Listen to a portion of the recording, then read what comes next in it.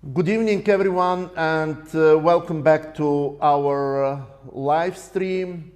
Tonight we are going to have a talk show, with four participants, with Agnes Daroczi from Hungary, with Delaine Le Bas from United Kingdom, with Zeljko Jovanovic from Serbia, but actually representing OSI, and with Grattan Puxon from the United Kingdom.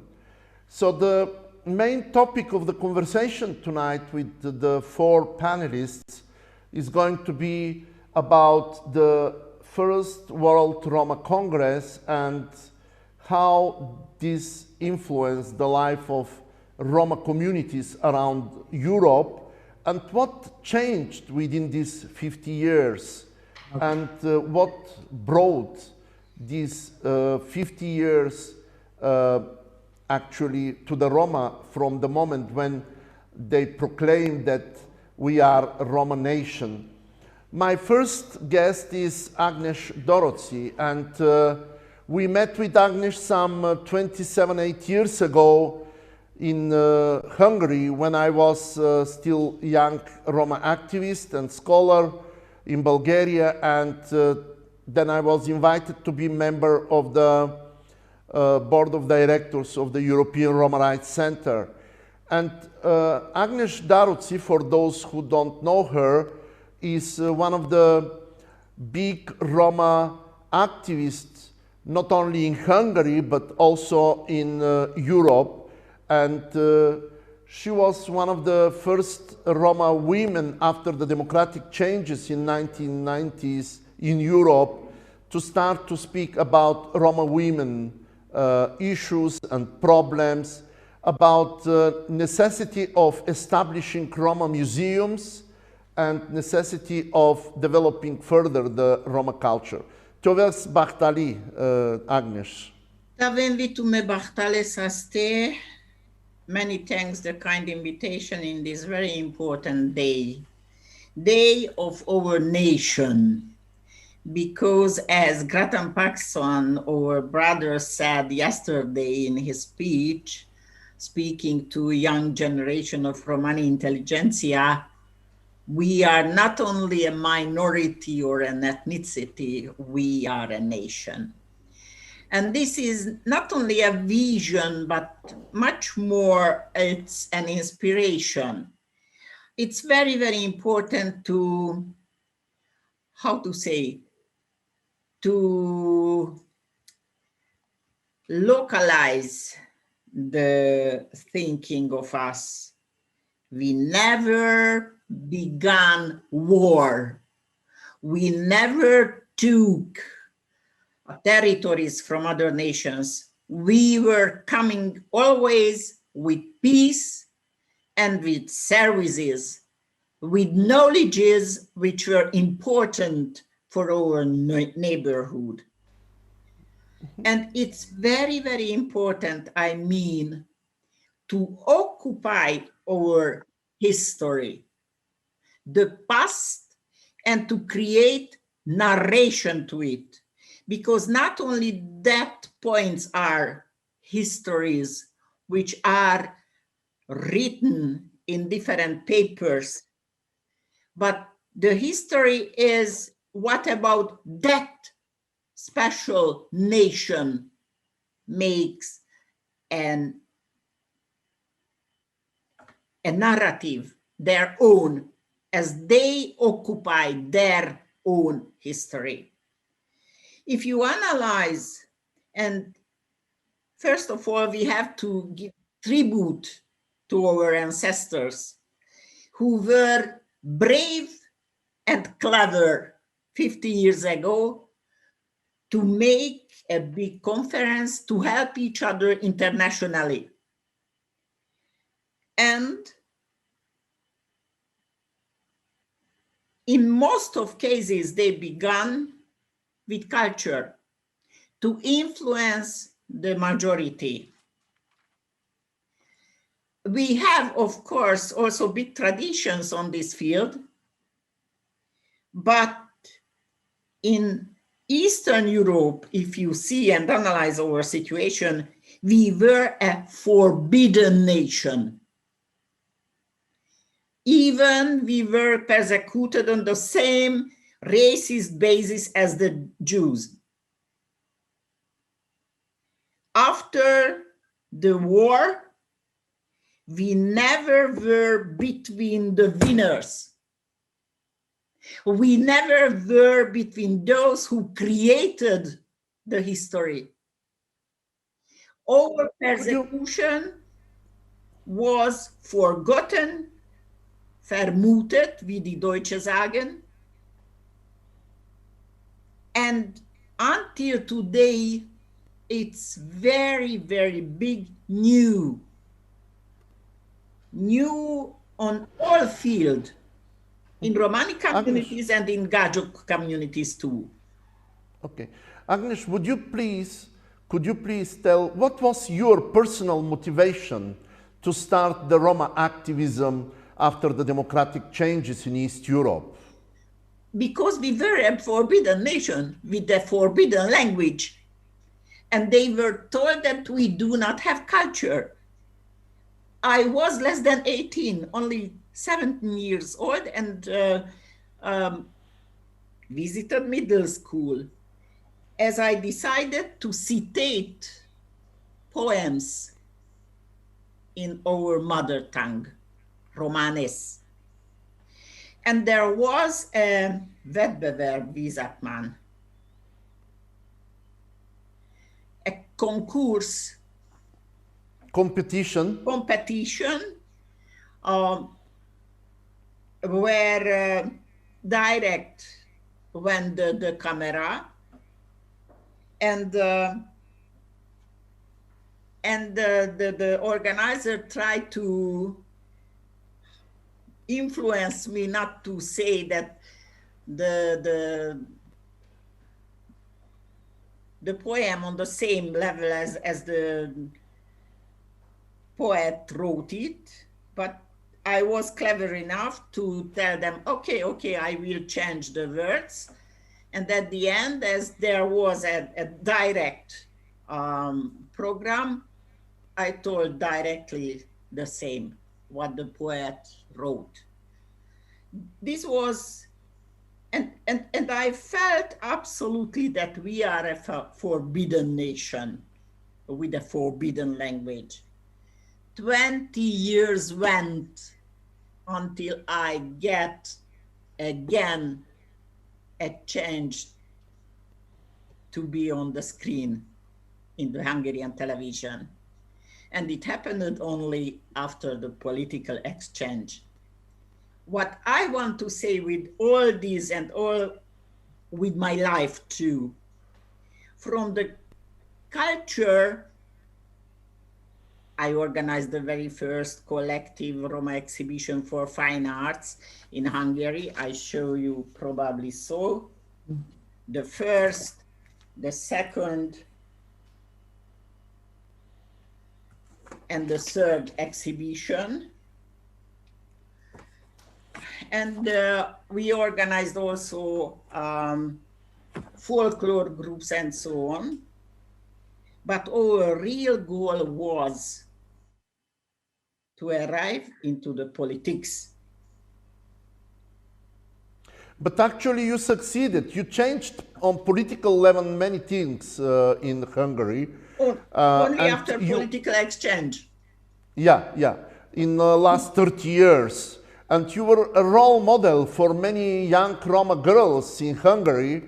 And thanks to your work and your activism, a lot of young Roma girls continued their studies in university, and this was something new and something unique for Hungary. I'm not sure. I know, as I know, and I became very old. And only on these days I can articulate that I was the very first Romani-speaking girl enrolled into higher education in the university, probably the most known in Hungary. And I openly said about myself that I am Romani Shei. Do you see this Sarpenisle dikleske? Diclo. Diclo. Do you see this diclo on me? Yes, yeah. My grandma, e mami dasles mange. And I was visiting the university, and day by day I went to the university. So on my shoulders with this openly. You didn't hide your identity. You didn't hide your identity. You were not ashamed to say that you are Roma. And maybe this was because of the First World Congress, which was in 1971, where the participants openly said there that we should declare that we are a Roma nation.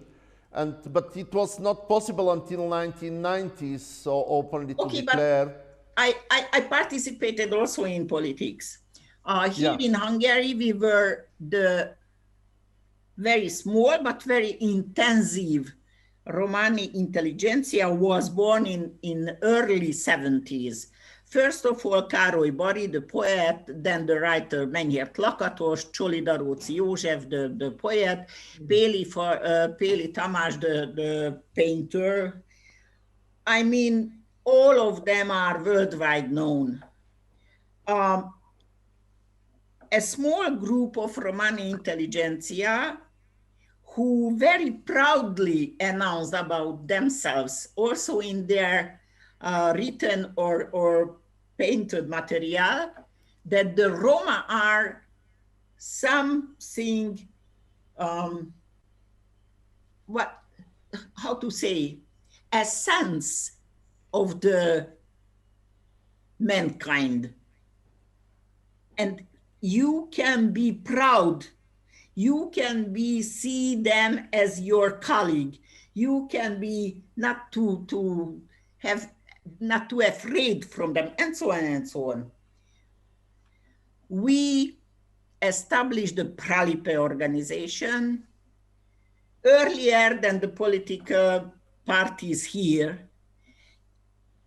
It wasn't officially recognized, but the work that we did in the Vakeripe somehow helped to destroy the communism.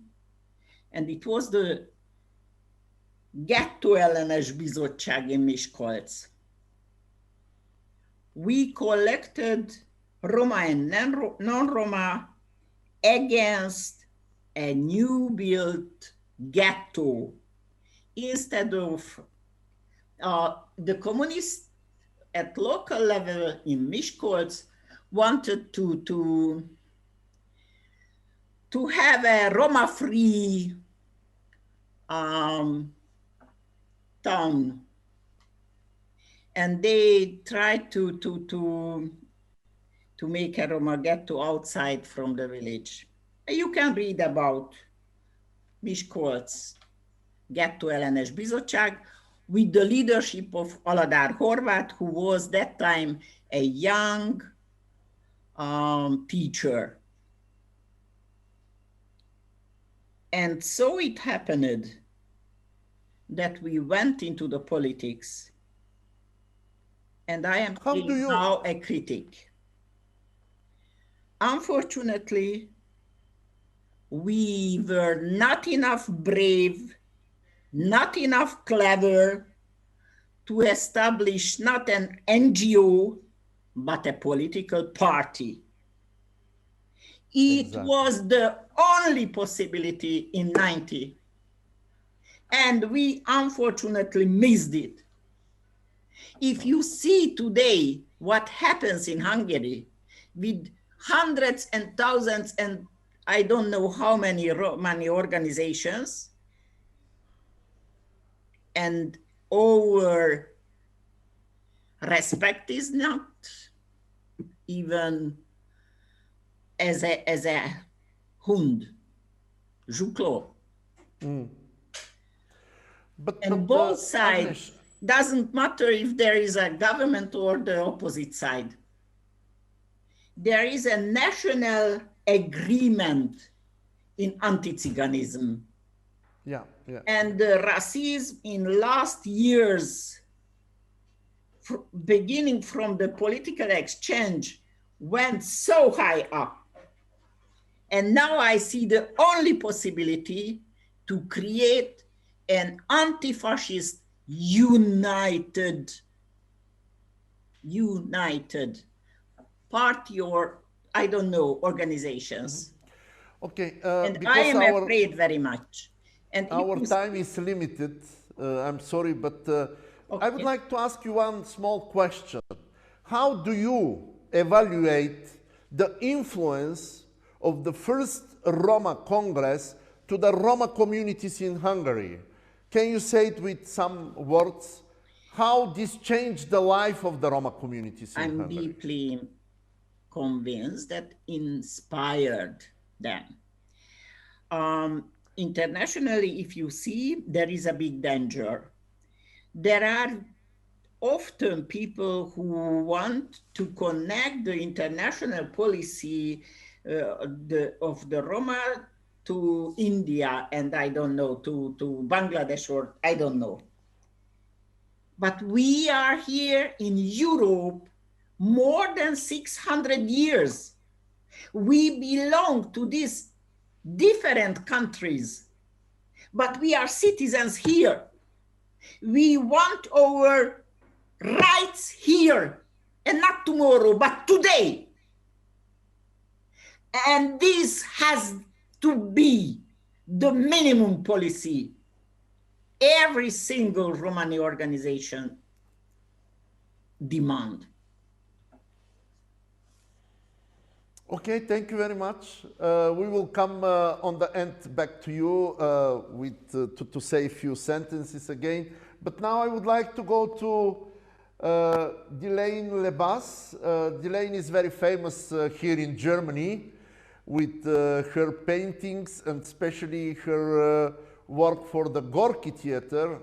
Today we are in Gorki Theater, and I met Delaine a few years ago when still her husband was alive, God bless him. And before that, I have to say that I didn't know so much about the English gypsies and their art and their culture.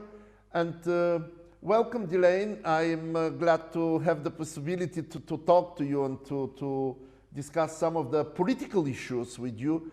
And you were born in England and you grow up there. You did most of your career in England. Could you please tell me how the First World Congress in 1971 influenced your life?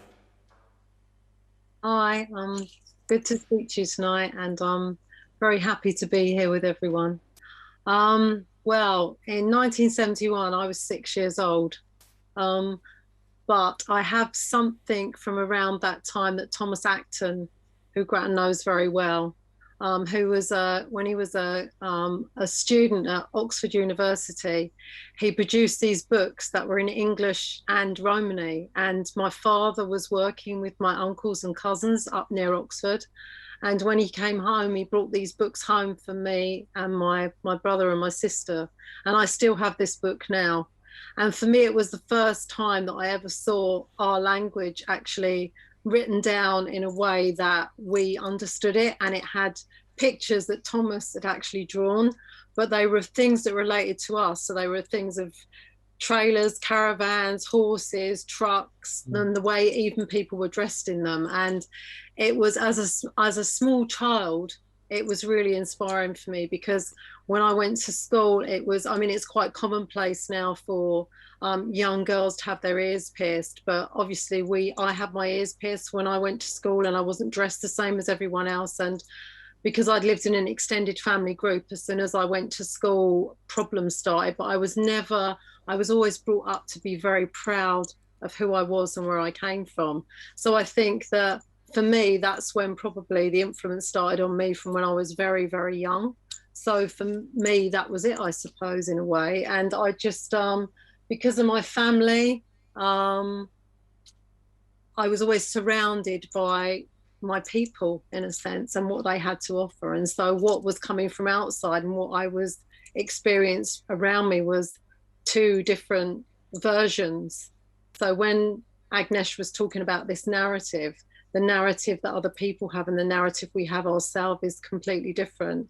So I suppose what inspired me was to be able to have my own narrative and try and portray that narrative in different ways for people to be able to understand maybe a little bit more about who I was, but who we were as well in a different way. So that's, I suppose, my inspiration for it, I suppose. And then, of course, obviously, as I got older, I got more intrigued and wanted to find out more. And for me, I think as well, because it happened in England, this was quite important also. Because I think sometimes we sort of feel like we're slightly on the edge of things, even more so now we're in Brexit land as well, this strange little island that we come from.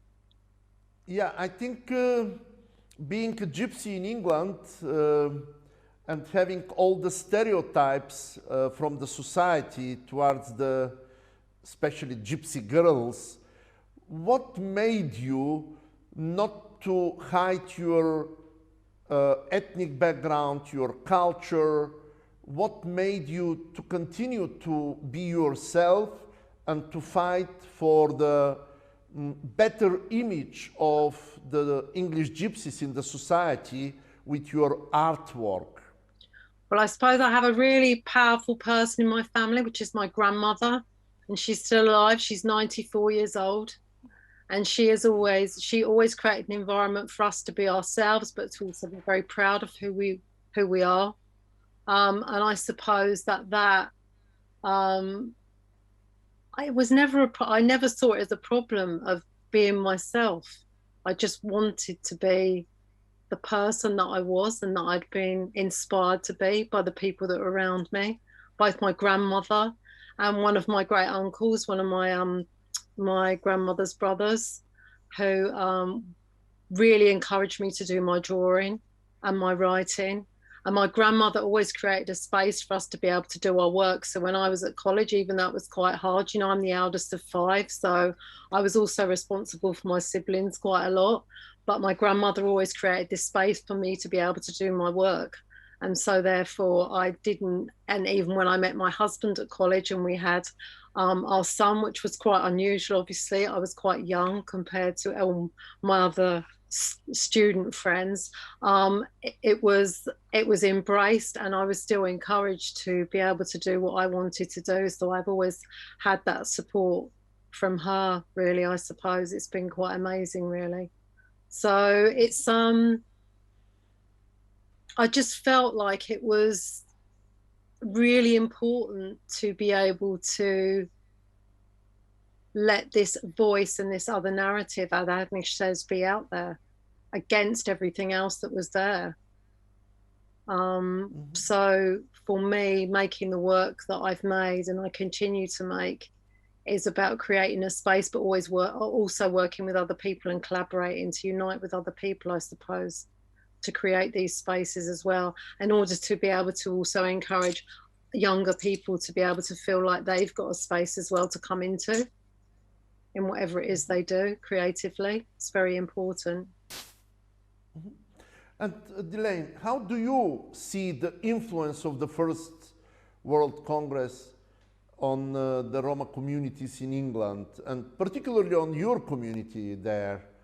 Can you see some changes, or do the people know about this idea of to be Roma nation, to declare that we have our own history, language, culture, and to fight for those things to be acknowledged and accepted in the societies by the majority people? Well, there's been a lot happened, especially in the past few years, because we had this awful program on television called My Big Fat Gypsy Wedding, for example, which was not very good. And there was a massive backlash against that from in the community, but there'd also been a number of initiatives. So there was Gypsy Roma Traveller History Month, which got 3 years funding under the Labour government. at one point, but of course when they left there was no funding for it after that.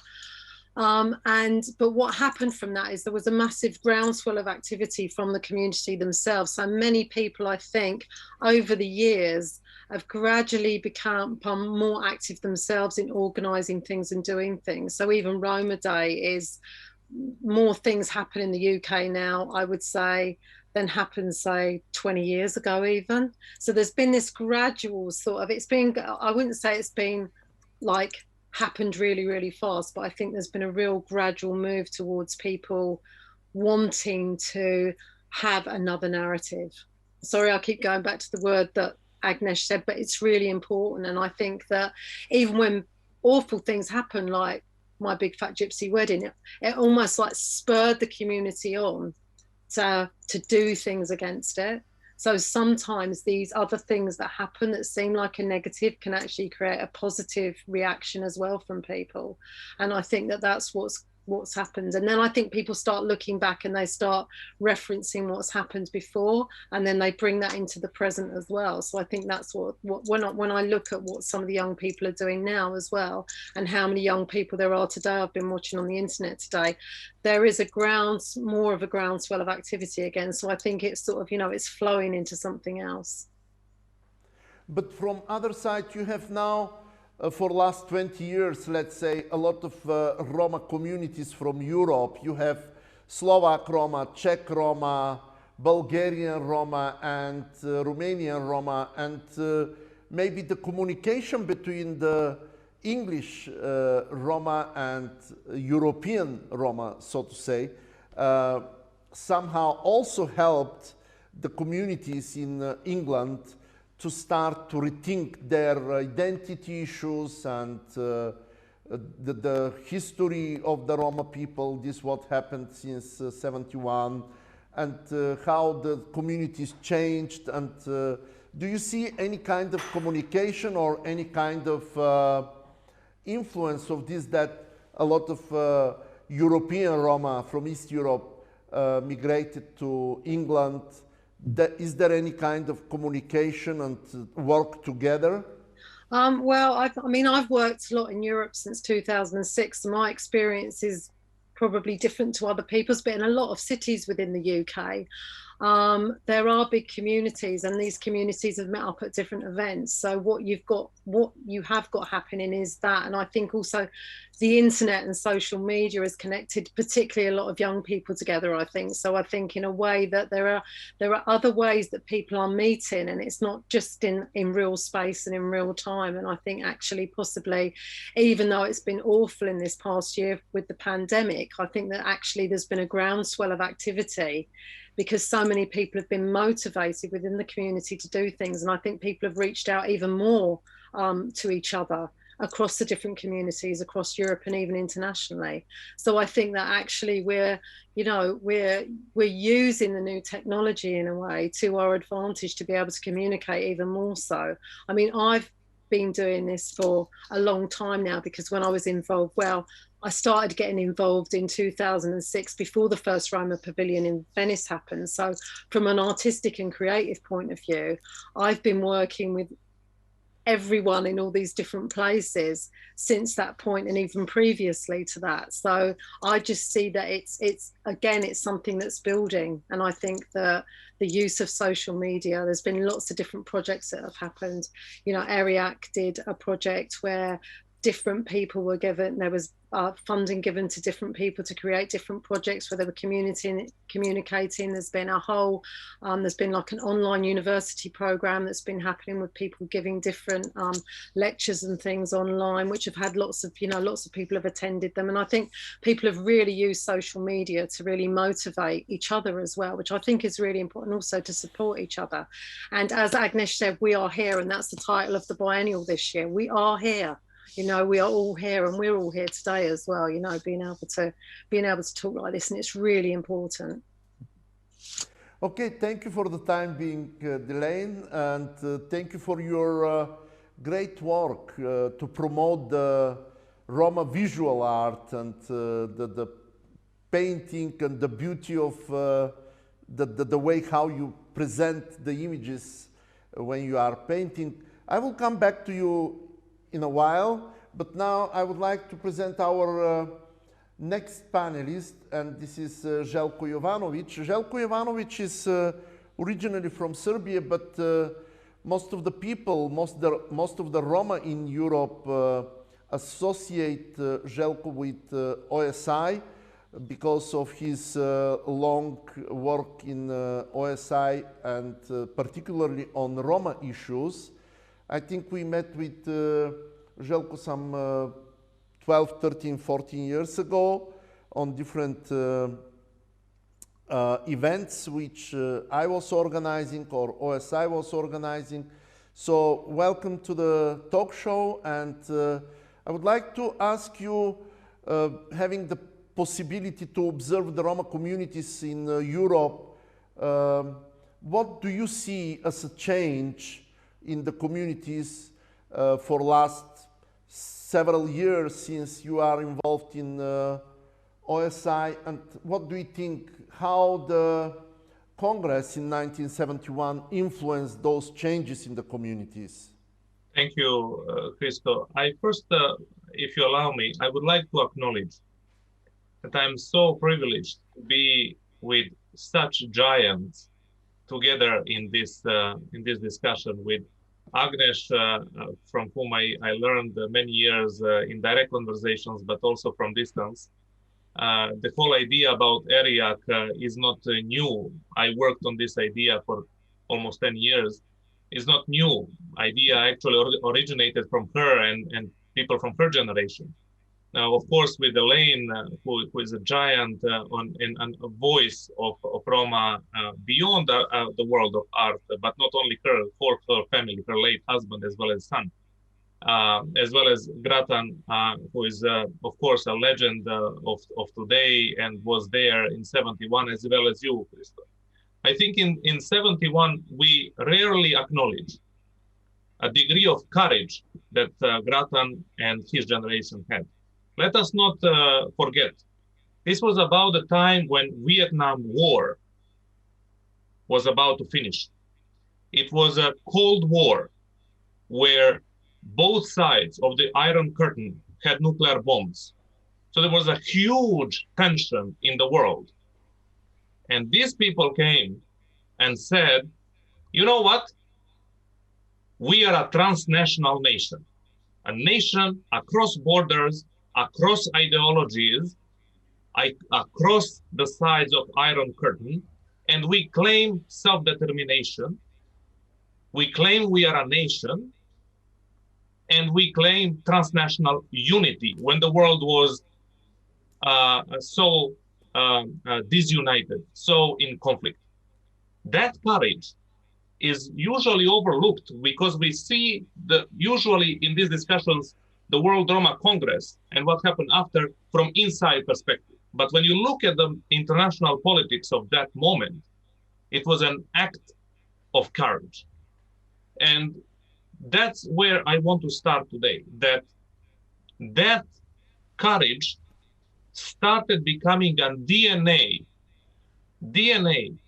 of us who learned much later about international gathering and the World Roma Day. Grattan usually corrects everyone that it is about the world, which means between people, not international, which is between the states. So I want also to correct that with those who listen to us right now. So you ask Christo what has changed. I think a lot has changed. If we expected that centuries of oppression, centuries of systematic exploitation of our people will be solved in 50 years, I think everybody is under grand delusion. Especially because if we see that between 71 and the fall of communism in 1989, there was a big gap that actually more intensive work on our self-determination, on our self-organization started in the 90s with the fall of Berlin Wall and growing civil society in Central Eastern Eastern Europe. So we should have no illusion. I'm not saying we shouldn't be self-reflecting, and I appreciate Agnes saying we made a mistake, we should make a party. But the situation today is just a symptom of much deeper disease, which is our political position. And that was the seed that Grattan and others planted and watered as much as they could. So that act of courage and vision is absolutely important, and that changed minds of everyone. I mean, just look today, how difficult it is to get attention today because everybody celebrates. But there is a big confusion today, and there is a confusion already for some years. People talk today not about our nation, not about self-determination. Most of the people talk about anti-racism, anti-Gypsyism, poverty. They try to speak with decision makers, policy makers. This is a confusion born out of fear, because these people in 71 spoke about the nation. Today, it is kind of a taboo. And why is that so? Because Europe is supposedly freer today than in 71. It is the fear that is in our mind that we have also to break. And I think, Christo, when you ask this question, what has changed across Europe? I think awareness of the politics of self-determination, but there is this sense of fighting racism. I believe what Grattan and the generation that organized 71, they didn't organize it because of racism. They organized it in spite of racism. This is to say that our struggle is bigger than anti-Gypsyism. It's just a big obstacle on our way. But our destination of self-determination is much bigger than anti-racism alone. Okay, but you are absolutely right that particularly for East European Roma to come to London and to participate in this Congress was extremely difficult time, because we know that it was not so easy to leave East European countries, and people from Yugoslavia, from Czechoslovakia to come to London, perhaps this was even dangerous. But this what I wanted to say or to ask is, again, coming back to the words of Agnes. She was saying that we made a mistake after the 1990s, after the democratic changes, starting with NGOs, and we didn't establish the first Roma parties in the respected countries in Europe. How do you see this issue? How do you think on this? What do you think on this issue? Well, let us be clear on this. First of all, our political legacy from 71 was different than for everybody else. From 71 and after, our movement organized in the transnational way, but the center of gravitation of that politics was not local elections and national elections. It was international organizations. If you look at IRU, International Romani Union, if you look ERTF, they built relevance around their consultative role in international organizations. ERIO and ERGO in Brussels are trying to do similar thing with the European Union institutions. They're having a consultative role. The problem with that approach today is that you have a nationalist backlash against international organizations. They are now unstable. UK left European Union, Poland and Hungary undermine European Union on fundamental values, for example, like rule of law. You have a threat in the Council of Europe by Russia and Turkey. So these organizations are fighting now for their own relevance. So what can we do there? We were hoping that we will influence national governments from international organizations, but effectively national governments make decisions in these organizations. So Agnes reflecting retrospectively is right, but our movement started from international organizations, transnational level, locally. Now, what Agnes recognizes, I think, is the right thing to do right now. We have to continue building transnational unity, but building the local power base, local strongholds, because this is where the missing link was not taken, I think most of all because of financial resources. Let's be honest, political campaigns cost. Somebody needs to finance that. Our community is not yet there to put our own money for our own politics. So that is a task, I think, for my generation, to build these strongholds at the local level and unify them across the borders. And this is not easy, Krista. You know that Ashkali, Egyptians, Sinti, Jean de Voyage as travelers in France, they challenge the Roma unity locally. They have different arguments, but they say we don't want to belong to the Roma nation. I mean, you have Roma Front trying to break the name of Roma nation, and we now pretend he's our member of European Parliament. That's a backward step, because he's basically breaking the legacy of Grattan and others. He's not, of course, alone. There are a few others. This is unacceptable, and we have to continue building our unity on the basis of those who want to belong to the Roma nation. That's a key thing. So, if I understand correctly, you think that the role of these international organizations like International Romani Union, ERTEF, and ERIO, ERIAC, and ERIO, ERGO, are somehow, they played their role within the last 50 years, but now, because the situation in Europe and around the world in general is so much changed, that the Roma politics should go in other direction. Is that right? Well, I'm not putting this task on other organizations. I always start from myself. I have to do this with my generation. Whoever wants to join, we are happy to work with. But you see, Christoph, in the early decades after Grattan started with his generation, then Agi and others, the Roma leaders, the Roma elite was relatively small, and it was enough to say, we are all Roma, let's unite. Today, you have a lot of people speaking on behalf of Roma. So we need to bring new values of how we unite and build these strongholds. And these values are very important. For example, public integrity.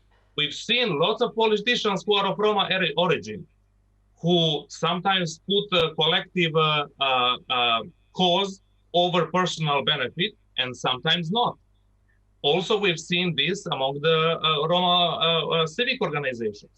We also see Roma religious leaders who are very strong, and you know from Bulgaria how strong is evangelical church in many other countries. But we see also religious leaders sometimes prioritizing anti-abortion, anti-LGBT agenda. And in that way, they support right-wing racists. Some others are putting religious identity over Roma identity, and that disunites the Roma, splits the Roma between Muslim and Christian.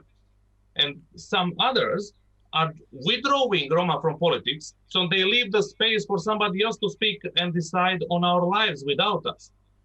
Of course, there are also religious leaders who found a way to bring together religious values, our identity, and our struggle. And all what I'm saying is that this sense of public integrity, that we are able to put collective above personal and egoistic, to put a consistency between what we say and what we do, and also having competence. When we have a degree of power and opportunity, that we use this opportunity, not only speak about the problems, but also find and lead toward the solutions with knowledge and skills and finding always new answers. This is what has to bring new Roma unity. Just being Roma is not good enough to build these strongholds on a massive scale that is politically relevant. Okay, thank you very much for the time being. I will come back to you in a while. Now I would like to present our next panelist, Grattan Puxon. Actually, there is no need to present Grattan Puxon today. Grattan was participating in different interviews, and I had the possibility to talk to him also. But still, welcome to the talk show. And I would like to ask you a little bit different question. I'm not going to go so much on this, what was the political role of the Congress, but I would like to ask you about the human capacity, and particularly about the Roma human capacity who took part in this first Congress, that they made possible this to happen. And could you please tell us a little bit about those people there and the name of the first president of the organization, Slobodan Berberski? You were working with him. Maybe you can tell us a little bit about all these great Roma intellectuals who, some of them are not among us anymore, God bless them, but they played extremely big role in the formation of Roma nation in Europe, in the creation of Roma elite, creation of Roma intelligentsia, which nowadays exist. Yes. Okay, well, I've got a hold of some of that. But first of all, I'd like to say how pleased I am to meet again with Agnes Daroczi, because we didn't see each other till the Second World Romani Congress in 1978 back in Geneva. It was a long, long time ago. And we wanted to press gang her into becoming, I think, our secretary. But she flew away from us at that moment, but has certainly proved herself since. I'm very happy to be with you in this meeting here. Of course, Delaine, the last time I met you, I think we were having a Roma Nation Day in Hyde Park, London, and raising the flag there. Nearly getting ourselves into trouble, I think. And it's the first, Zeljko, this is the first time we've met face to face. We should have met long ago. We should have been talking a long time ago, you know. And I'm so very much inspired by what you say. I'm so glad that I feel, yes, we are connecting here, connecting in the ideas. I'm very relieved, as a matter of fact. I'm so relieved that it's coming through this way. And it gives me a tremendous optimism about this Jubilee Congress now, because I think we're starting it here. I wasn't really expecting this to be a panel. I was expecting us to be even fighting with each other over what needs to be done and so on, but I don't feel that now. One of the things that struck me, though, because I have given a lot of interviews about the Congress, and I've been repeating myself over and over, a little tired of that. So, but what hit me coming to this panel now is how strangely, and if I believed in God, and I wish God would give me a clear head right now, that how did this all come about? I ran away from the army, from British Army, with no idea of being an activist. I got into this camp called Cherry Orchard, where we built the camp together, myself and all the travelers, and came via Voivod from Paris, only because there was some publicity about the stand we were making at Cherry Orchard, which even got onto French television. So he came there, and all these things somehow have connected and wouldn't have happened, really, if Vida had not come to me at Cherry Orchard at that camp. There would have been no First World Romani Congress. It's all strange to say that, but that's, I suppose it could have happened later. I'm not going to take so much credit, but it would have happened perhaps in some other way. But as it did happen, we are here today celebrating the 50th. So yeah, I don't know where to begin really, but tell us who were the first Roma intellectuals participating in this first Congress. Name them, please. we don't have too many intellectuals. We have nobody going to university in the UK yet. Perhaps we have a few right now, but this is not a movement of intellectuals. This is a... No, in 1971, in the first Congress. Okay, well, I wasn't an intellectual anyway, because I left school when I was 16. That was the end of my education. But yeah. But Slobodan Berberski was an intellectual. He was. He was writing poems, and he published a lot of books when he came to the first Congress, right?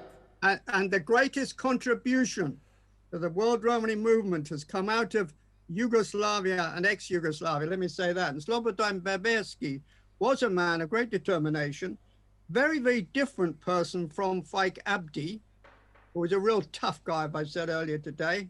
He had the arms of a Kovac, a blacksmith. And in fact, they kind of, they had a clash, you know. I might as well tell you this now, since they're both no longer with them, Loki Puflenge, because yes, Slobodan was a terrible smoker and a terrible drinker of black coffee, and if maybe Slivovica as well. And Faik kind of, you know, he chived him about this. He said, look here, they were both in pajamas at the time, just to make it more intense, up in the dormitories, you know, in this boys' dormitory. And here they are, two figures in their pajamas. And when Slobodan was a little distant, Faik gave a terrible caricature impersonation of Slobodan. Not fair at all, shouldn't be told, but I'm telling it just out of amusement because there's so much serious to say today. So I want to say something's a little bit funny. They were great people though, because afterwards then I went with Faik to Shutka, got married in Shutka, got kicked out of Yugoslavia. Oh yes, they gave me a red pechat, a red stamp on my passport. I had to get out of there. And when I came back, I had to run away again. The police came for me at 10 o'clock and they said, shall we bring him to the station now or will we leave it till the morning? And they got it over the walkie-talkie. It'll be all right to bring him in the morning. I got the 10 o'clock last train to Thessaloniki and got out of there. I got out of there, thank God. But though, you know, organizing in those days was a very, very slow business. You know, you had to send a letter, get a letter back. It took weeks. But Dr. Jan Cibula was also there, right? He was. He was taking part in the first Congress. He was, yes. I met Jan Cibula, as I've mentioned earlier today in different places. Jan Cibula was a doctor at a factory in the Bratislava area, doing kind of regular job, fairly low-level medical work. But then he got out and was living in Bern, and indeed had a medical practice in Bern. So when he came to the Congress, there was a little bit of quite a big tension between himself and that official delegation, particularly Tomasz Holomek, who was a military prosecutor and of course, towing the party line, as somebody said earlier. Who else was from Czechoslovakia participating in the first Congress? Were they participating? Yes, they were. They played a big part. I've been in there to kind of talk about the Congress right back in '68, just before tanks arrived. I only got out of Prague on a platform ticket. I showed a platform ticket. I got on an express train. I got off at Nuremberg, showed my platform ticket from Prague, which they didn't understand because it had written in Czech. And that's how I got out of Czechoslovakia, just ahead of the Russian officers. And it's behind them. Well, was Jan Hancock also participating in the first Congress? He was in some of it. He was there. Yeah, he was. Yeah, sure. Okay. Yes, he was. Yeah. Well, how do you evaluate the work which you did during the first Congress influenced the life of the Roma in Europe? How do you evaluate this from now point of view, from today's point of view? Well, from today's point of view, I'd rather take up the point that Agnes has said, because look, this is a Congress now, right? Let's stop talking about the past. We've got to talk about now and the future. And we haven't got, look, ticking. So I'm not going to be here much longer. So I want to see something start, which is centered on what's going to happen in the future. Now, Agnes has said that we need a common front against fascism. That sounds good to me. Yeah, I will come to this issue on the second turn of the, my second question in the second turn will be about the future. So the first part of the conversation is about this, what happened in the past and how that influenced the life of the people, of the Roma communities. But in the second turn, we will speak about this, how we see the future. And I will start again with Agnes in a while. But before that, I would like to hear your opinion about this. About what?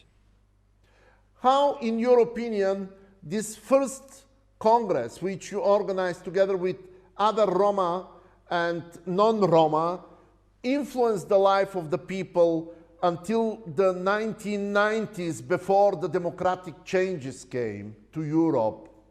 Mm-hmm. I've completely forgotten, completely blank mind on that one. But I do pick up what Agnes says about needing to have a common front, and I'm hoping that out of this Jubilee Congress will come such a thing. I think that, you know, when I was starting to write some notes about this meeting, I was going to say to Zeljko, look, I'm very disappointed because when ERIAC was formed, it seemed to mean the death of our European Roma and Traveller Forum. And I thought, we've lost something here. We've got a wonderful cultural entity, and a lot of people are talking about culture in this panel, in the earlier panels. I think we need a forum to come back, but not such a one as the IRU. The IRU became very tight, very fragmented, and very cliquish. You know, I'm going to say this, the IRU, I think last year had a Congress, and it was called the IRU Congress. And it only admitted people who are members of the IRU.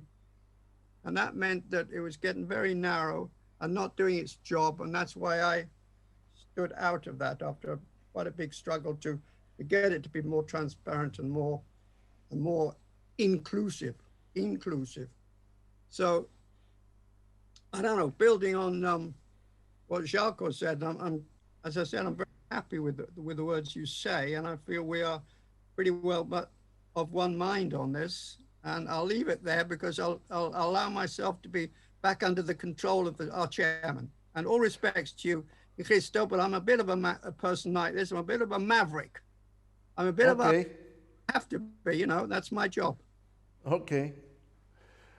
So then shall we start with this second turn of the questions to, again, beginning from Agnes Daroczi.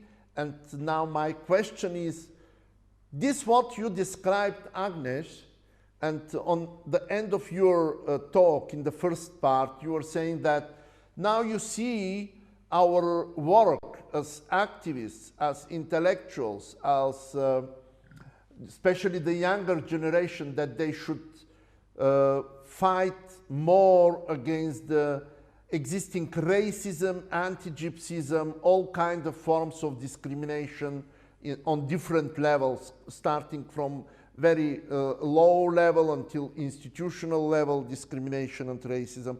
How do you see, Agnes, the future, and what is your predictions how the Roma will develop in the next 50 years, let's say it? I'm not a Cassandra. Well, okay, let me please to take the thinking what I was breaking. Sorry for that, but I had to. Absolutely understandable, but I want to go back. Sure, go. As I spoke also about myself and about history on international level, we can see that we began, most of us began on the field of the culture. And later on, somehow we created a situation to go into the politics. The establishing the Romani Union was a big, big inspiration. And Grattan, I was not there in Geneva. That the person in Geneva, I mean, was Agnes Daroczi. I was only there on the third in Göttingen Congress. But you were discussed, I could tell you. You were discussed as a candidate. We wanted you to get there. On the third, where I was able, with Rudko Kawczynski and with Menhir Lakatos, to hold the Romani Union. Mm-hmm. Because the people coming from Yugoslavia and mainly from Eastern Bloc, and the people coming from the Western Bloc wanted absolutely different. It was a situation that the Yugoslav big delegation, and of course the workers living for decades in Germany, occupied the Congress in Göttingen, and instead of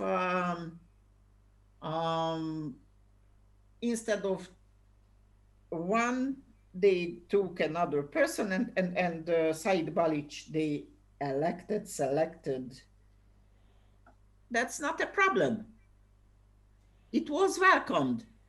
Only what was very, very dangerous, that the Western part, like the Germans, the Danish, the Swedish, I don't know which one, wanted to create a different organization. And I was following Andrzej Mirga, the other Roma who visited university. We were minimum two, and probably Rudko was the third, but he never announced about himself. And also he came from the field of music. So the young generation, with the help of Menhir Lakatos, the worldwide known writer, took the Congress to its right place. We are Prala and Peña. We can't. That will be a disaster to make two organizations. After the political exchange, I was in Warsaw, and if you see, from 81 until 90, went 9 years without any Congress. And there they again elected next Yugoslavian politicians as the head of the organization. And again went the time and nothing happened.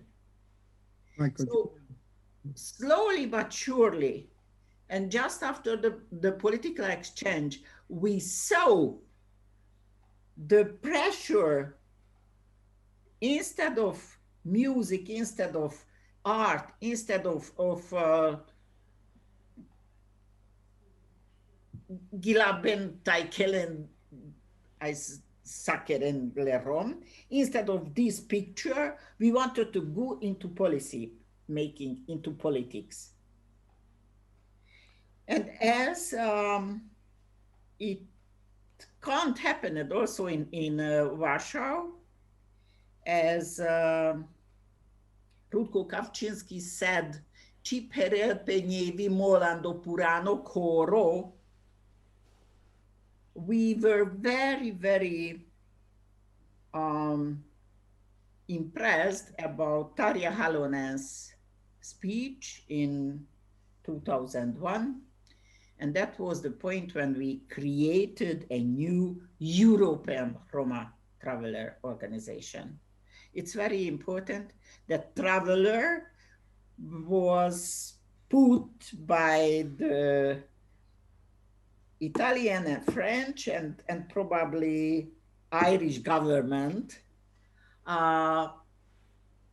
Even we declared that traveler, it's a life mood and not, it's a belonging, not a nation. And we want to name us on our own name, like Roma, European Roma Forum. No, they did not let it. For a long time, we yearly organized this big event and went to the different levels and specialty conferences. And at the end, we saw this is papyrologia. Papyrologia. So even we try to ask the deputies coming from the same country as we, so that civils are asking, this is not good, so you have to put into the school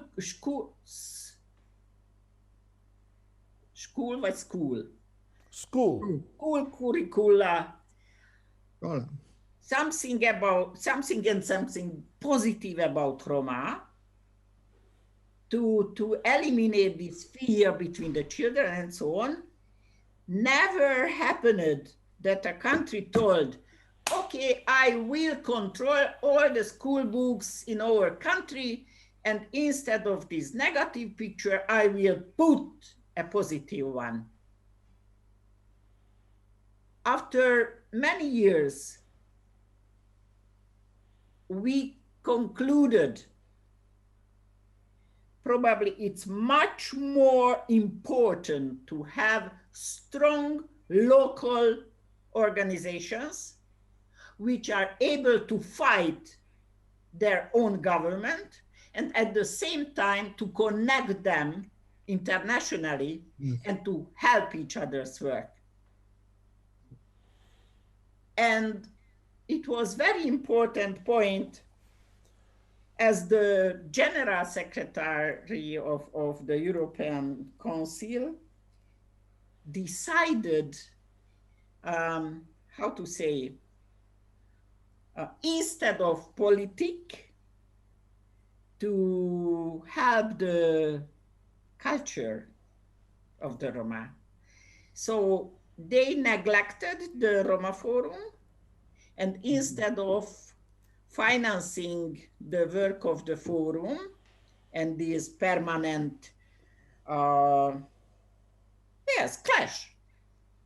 between governments and between Roma civil organizations. Instead of that, they decided to help and to invest into the European, into Euro area. ERIAC, it's important, absolutely important. But on the same importance, we have to have in every single country our institutions. This is not enough. We have to fight for. Can you imagine how many young, well-educated, intelligent people can have work in such institutions? I can. Hundreds and hundreds. And that will bring real change. Without institutions, we are nothing. Okay, and Agnes, because we have only 20 minutes left, is this your vision that in order to change the life of the Roma, we need strong politics, political parties, political representation in the countries, and institutions for Roma? Okay, thank you very much. We go to Delaine. Delaine, how do you see, as an artist, the future of the Roma in the next 50 years, let's say, how do you imagine what has to be done in order that the Roma nation is preserved, the Roma culture is preserved from the point of view of an artist? Well, my late husband used to say art materials are weapons. So as an artist, I have my weapons. I'm well equipped, I'm well trained, and I'm going to keep going. And hopefully the work that I do, and hopefully because of the people that I work with and I continue to work with, and that maybe different opportunities open up from that, from the ones that I've already had. You know, I've shown at international biennials, for example, which is a major achievement for any artist to be able to do that. And I've shown in major art institutions internationally as well, which also again is a major achievement for any artist. But if I can just keep continuing to do that in the thing that I'm good at, then hopefully that is an inspiration for future generations of artists from our communities to be able to think that that is possible for them as well. So it's very important that also that within mainstream and majority society that we are seen as being excellent at what we do, as well as being amongst ourselves. It's very, very important, this. So I see myself as being like a Roma art army in a sense, and being well trained for that. And I'll quote, I've used Papusa before in my work, the Polish poet, and I will sort of rephrase a sentence from one of her poems, that in the forest we grow like shrubs of gold. And that's how I'd like to end. Okay, thank you very much. Fantastic. All right, we go to Zeljko Jovanovic. So how do you see the Roma communities in the next 50 years from your point of view, from your position? So I didn't plan to talk about this, but when I meant that one of the important values for the future among the Roma is the value of competence. And these points that Grattan and Agi made about the ERTF's demise and ERIAC's rise is a result of incompetence of those who started spreading this rumor. And this is because the ERTF already had internal problems of clashes between pro-Rutko and anti-Rutko factions. And they also had problems with Council of Europe. So in the moment ERIAC as an idea was born, Council of Europe was already reviewing whether they should support ERTF at all. So it was an unfortunate coincidence in time, but it was not either-or proposition. You never can find any place in public where I said anything about ERTF, and you can see numerous examples. ERTF was attacking ERIAC and those who were advocating for ERIAC. And that was also a generational clash. Unfortunately, it continues here, but that's not the place for it. So this is, I think, the unfortunate coincidence, and we have to put an end to it, because the Council of Europe was not deciding between ERTF or ERIAC. ERIAC's budget, and that's again the point of competence, had nothing to do with the budget of ERTF. So my dear Grattan, this is just something that you were infected with as a manipulated lie, but people who were spreading this in order to save ERTF of its own disgrace. On the future, I think our unfinished business is building electoral power.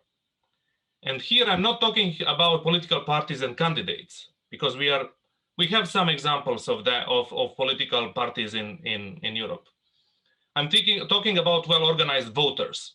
To me, that's what matters, because our demography is quite important in many parts of Europe, and we can capitalize on that. We can see, for example, in the United States, how important was the vote of minority communities in the last elections. But how to do that?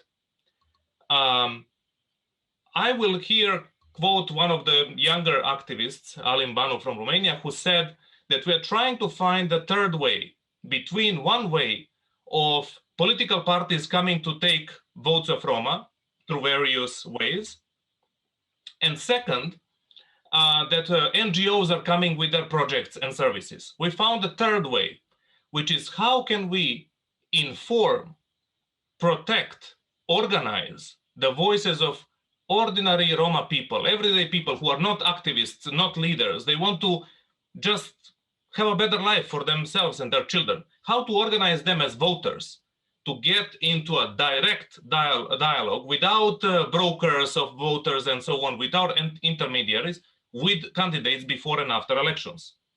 And this is where I think ideas of new people lead the way. The people like Mensur Haliti, like Ciprian Necula, like Diana Pavlovic, like Emil Metodiev, Miglena Mikhailova from Bulgaria, as well as the movements of Avaia in Macedonia, Opre Roma in Serbia, Aracel in Romania, and many others. They are finding a new way, which is how to organize Roma voters. And we need specialized Roma organizations, like Roma Entrepreneurship Initiative, that should be some sort of, to put in quotation mark, Roma Bank to support startups among the Roma communities, business Roma people.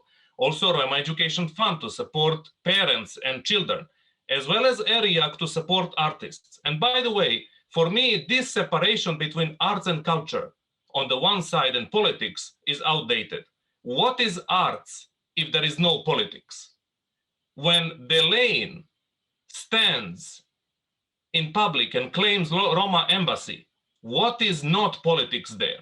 So we should stop with these separations unless you think about arts and culture in very folkloric way, that we are there to entertain, gajen ourselves. But if we look at the true value of arts, there is no arts without politics, and there is no politics without arts.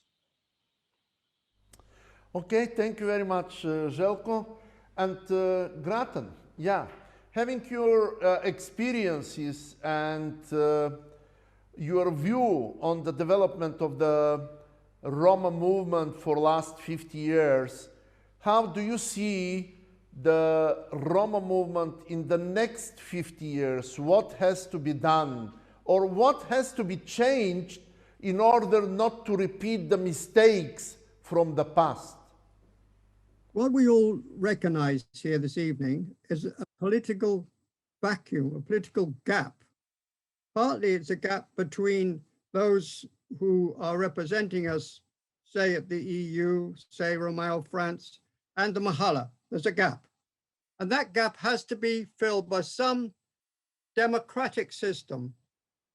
And the wonderful thing is that technology gives us the possibility of mobilizing people on a large scale as voters. Now, the democratic transition, which I've been working on for about 5 years, says get people to vote locally, statewide, internationally for their MEPs, but also can we not have an internal election system so that those who are going forward to represent us have a mandate from the people, what might eventually be a mandate from the Roma nation, which would be a very powerful and legitimizing and power-giving factor in our politics.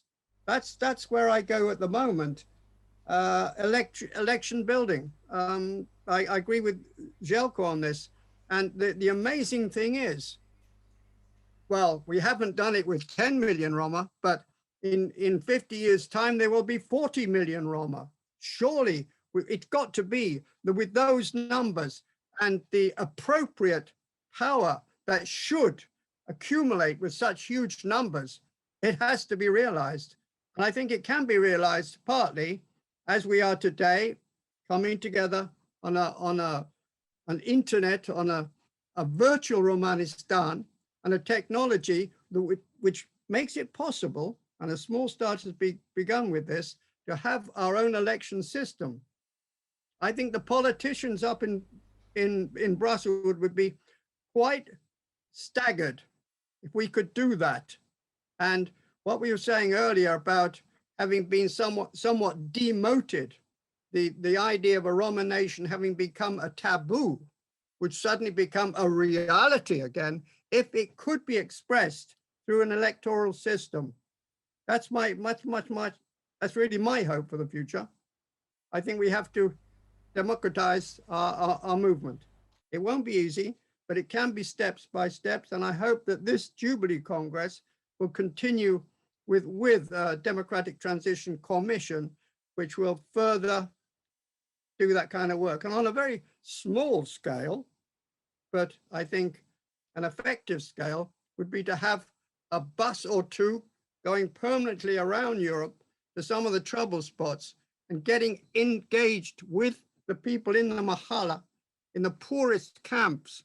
And maybe even we have a team of people on that bus, and we drop one off at the worst trouble spot and say, we'll come back and pick you up in a month. And if it's somebody who's trained in conflict resolution and so on, as I believe that's possible, there are all kinds of training schemes going on. And I see a lot of training going on, but I don't see much action. Take them by bus, drop them off in some goddamn mahala, and let them work with the people locally. And my experiences, because I've had some experience like that, people respond to a little leadership, respond to a little fact of being connected with something bigger, something that can empower them.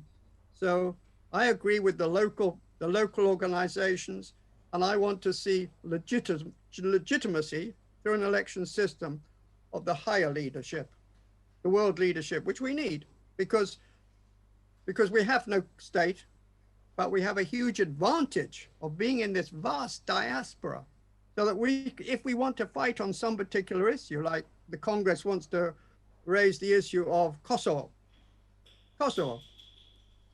Here we confront, what is it, 3-4 million Albanians? No, they're not all our enemies, but a nation, a small nation, whereas we are a much bigger nation.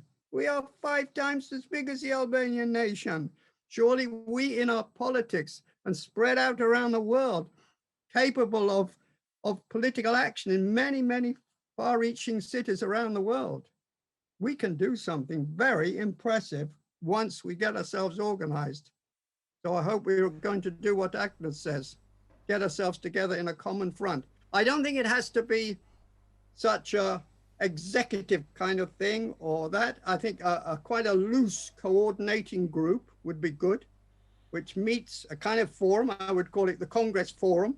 It comes together, talks, and decides on these important actions, like, again, it's a Congress issue at the moment, protecting the most important Holocaust memorial that we have, the one in Berlin, which the German railways want to put a line through. Now, they tell us we've never been at war, but war has been made upon us.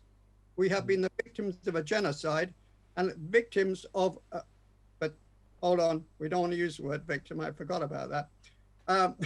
Anyway, many of us have died in war, and we are put into the position of being in a war, and we've got to come back at least with some kind of Gandhi-style, unifying, truth-carrying, conviction-carrying movement that will sweep away, because of our big numbers, will sweep away all the opposition.